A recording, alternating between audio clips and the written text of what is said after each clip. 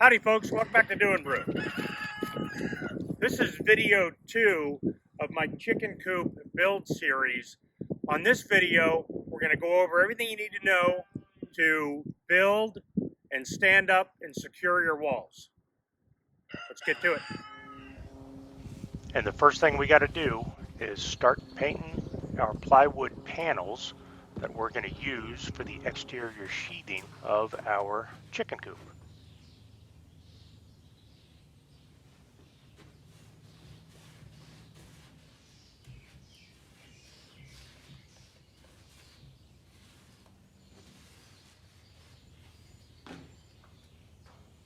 So I've always found it's a lot easier to paint in controlled conditions whenever you can.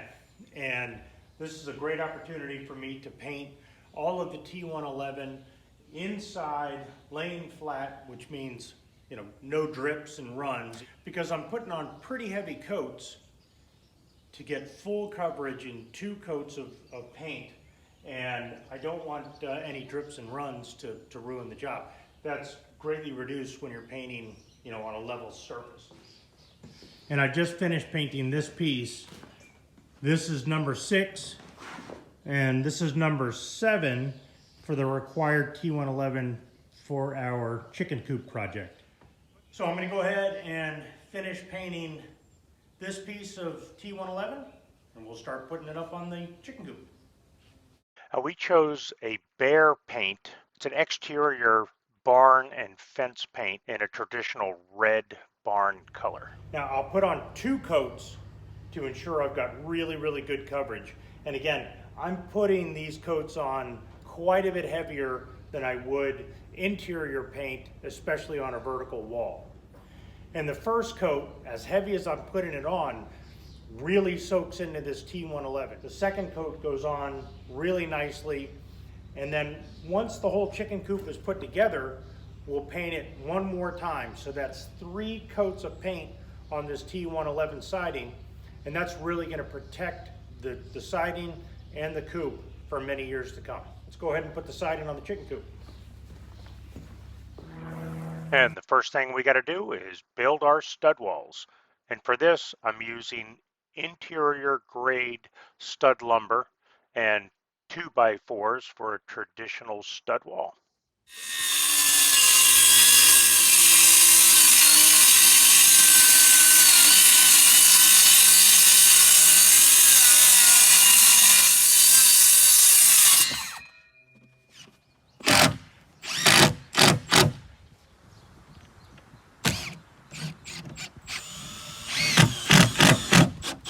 And as we did before in video 1, as we were building the floor joists and attaching the plywood, we're using coated deck screws to attach our T111 plywood siding, and that will give us the greatest longevity as opposed to using a non-coated screw.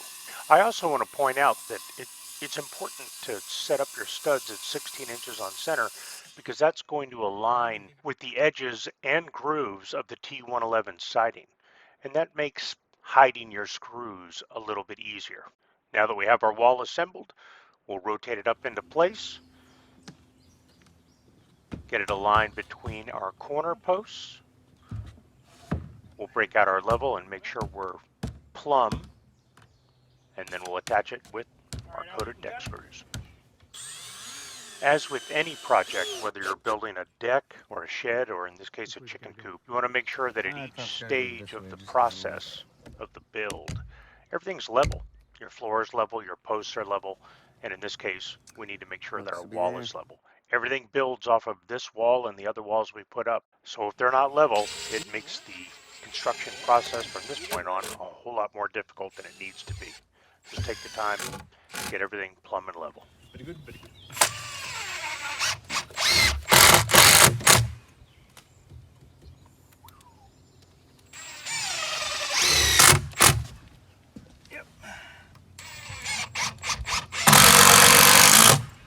Next up, I'm just going to give you a quick review of my hand-drawn plans for this coop. This is the end wall, the wall that will have the nesting boxes attached to them. And this is just to give you an idea of how I designed the coop. Okay, so this is the framing of our first end wall. Of course, there will be another one on that side. And this framing is what will establish the monitor barn or raised center aisle barn look that we're going for. Now, what makes this one a little bit more complicated is on this end will be our 4 nesting boxes. Now, the nesting boxes need to be 12 inches wide, 12 inches tall, and 12 inches deep. So the way we frame this out is a little bit non-standard, while ensuring that these openings were 12 inches as opposed to something just slightly less than that. Now you'll note that we put 2x6s here in these 4 locations, and that will provide us a mounting point when we build out the nesting boxes so we can secure it on the sides and the top and the right side. So with that said, we'll go ahead and put our T111 on. We'll stand this wall up.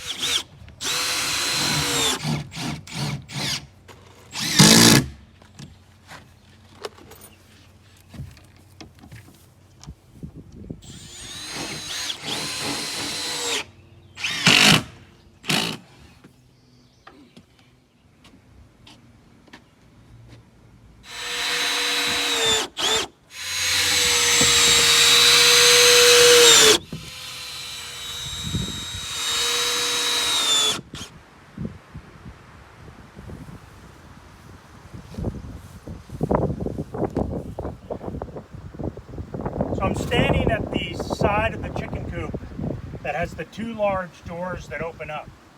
And I designed it that way so that I could just pull my wheelbarrow over, sweep out all of the nesting material and the chicken poop.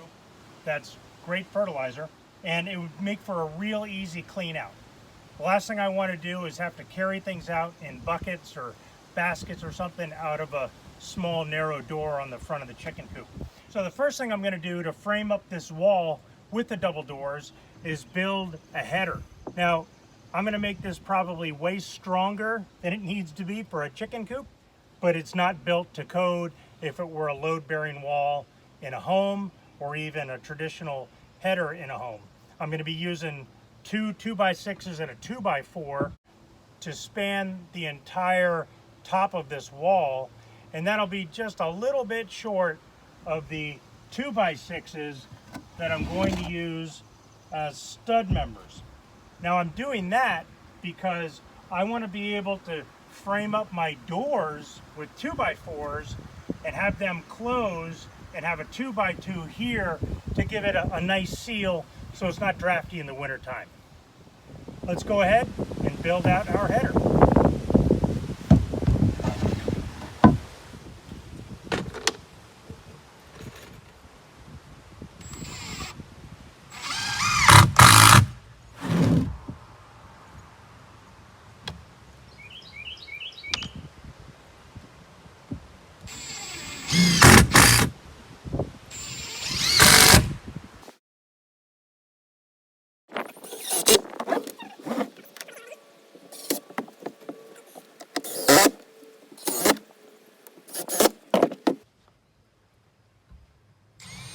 Now I'm just going to attach some 2x6 studs to my header, and this is our stud wall for this side of the coop. Now you'll notice that I doubled up on the 2x6s at each location. That's just to add strength and rigidity since I'm going to have 2 large doors hanging off of this relatively small wall. Next up, we'll attach the T111 siding.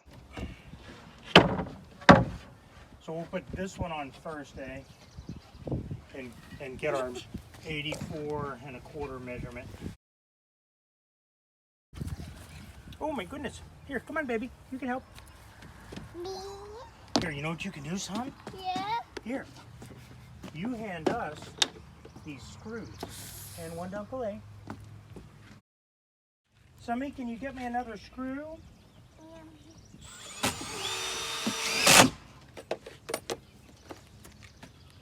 need to.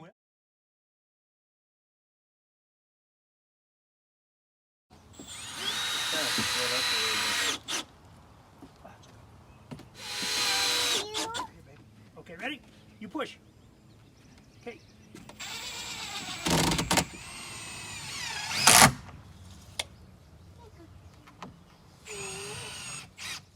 Now we're going to follow the same process of standing this wall up, getting it centered and placed between our corner posts. Alright, what are we looking at here?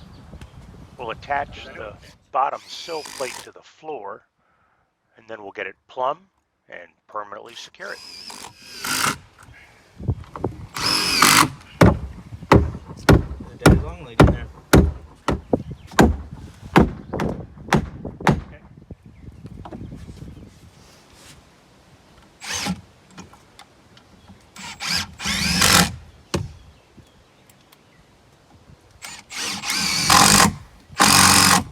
How's that look?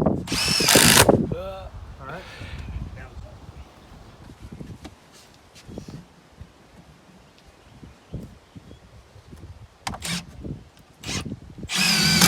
Look at that, huh? Bam. Bam. And that's what we're looking for. And this is the start of our fourth and final main wall. There are two smaller walls which we'll build in just a moment that raise up the center aisle of our monitor barn inspired chicken coop.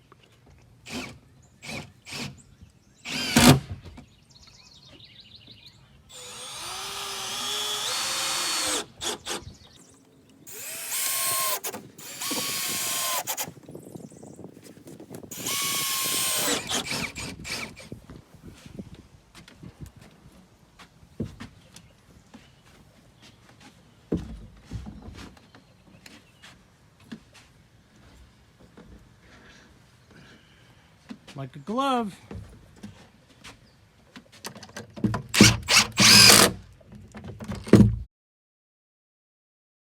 Yep, perfect.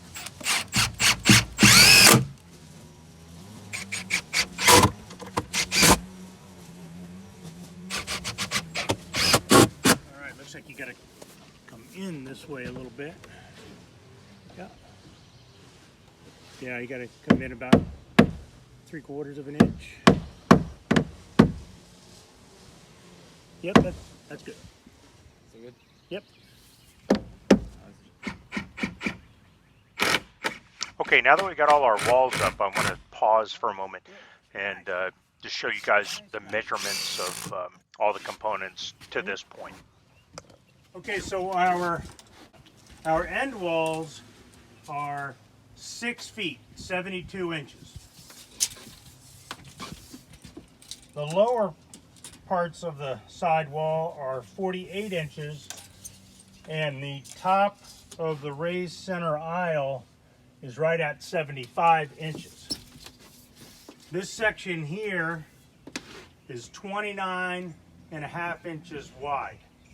Now, this wall, this end wall, and that end wall are built identically the same. And again, just to show you here in the dimensions part, our nesting boxes are 12 inches by 12 inches. And then they'll come out a total of 12 inches as well. Our side walls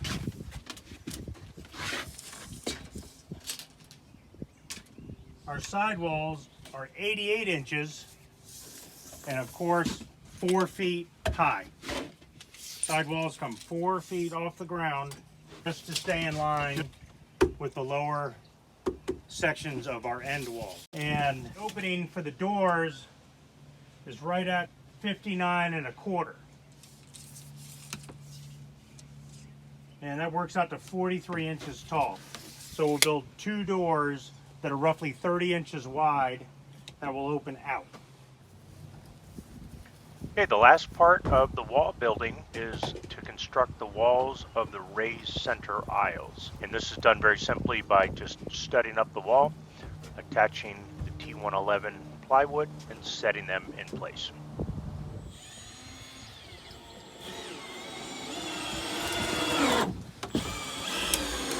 And we'll attach this raised center aisle wall the same way we have throughout this build using our exterior coated deck screws.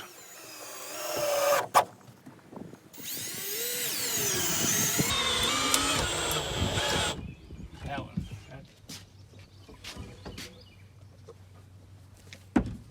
Okay, we have one more wall to build. That's for the other side of our raised center aisle. We'll do that exactly the same way as we did the first raised center aisle wall by studding up our wall, attaching the T111 plywood, setting it in place, and securing it with our coated deck screws. And once we get that last wall in place, we'll use the top portion of each of those raised center aisle walls to establish the slope of our roof line. We'll mark that slope on our 4 wooden corner posts and cut those to length. And that'll bring us to the end of video 2. I hope you guys will stick around and check out video 3 when we'll start installing the roof rafters and building the doors to the coop. Sure hope you enjoyed this video, folks. See you back here next time on Doing Brew.